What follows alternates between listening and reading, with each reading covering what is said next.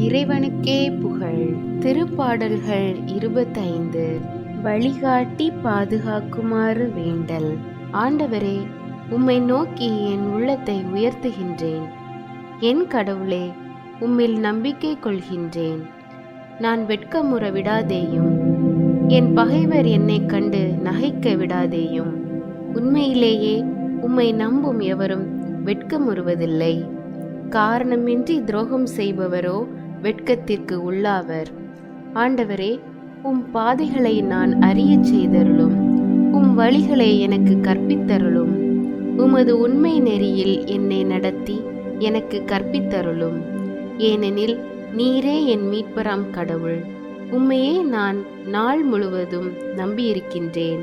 ஆண்டவரே, உமது இரக்கத்தையும் உமது பேரன்பையும் நினைத்தருளும்.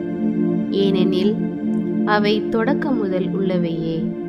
என் இளமை பருவத்தின் பாவங்களையும் என் குற்றங்களையும் நினையாதேயும். உமது பேரன்பிற்கேற்ப என்னை நினைத்தருளும். ஏனெனில் ஆண்டவரே, நீரே நல்லவர். ஆண்டவர் நல்லவர், நேர்மையுள்ளவர். ஆகையால் அவர் பாவிகளுக்கு நல்வழியை கற்பிக்கின்றார். எளியோரை நேரிய வழியில் அவர் நடத்துகின்றார். எளியோர்க்கு தமது வழியை கற்பிக்கின்றார். ஆண்டவரது உடன்படிக்கையையும் ஒழுங்குமுறையையும் கடைபிடிப்போர்க்கு அவருடைய பாதைகளெல்லாம் பேரன்பும் உண்மையும் உள்ளனவாய் விளங்கும். ஆண்டவரே, உமது பெயரின் பொருட்டு என் குற்றத்தை மன்னித்தருளும். ஏனெனில் என் குற்றம் மிக பெரியது.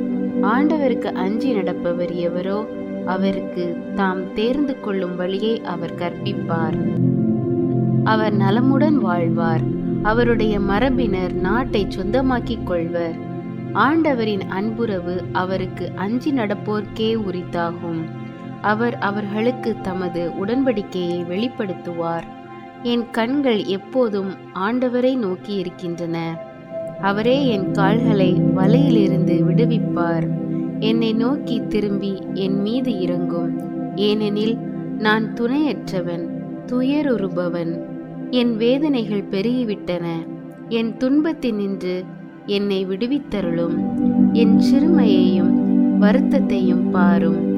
என் பாவங்கள் அனைத்தையும் மன்னித்தருளும். என் எதிரிகள் பெருகிவிட்டதை பாரும். அவர்கள் எத்தனை கொடுமையாய் என்னை வெறுக்கின்றனர். என் உயிரை காப்பாற்றும்.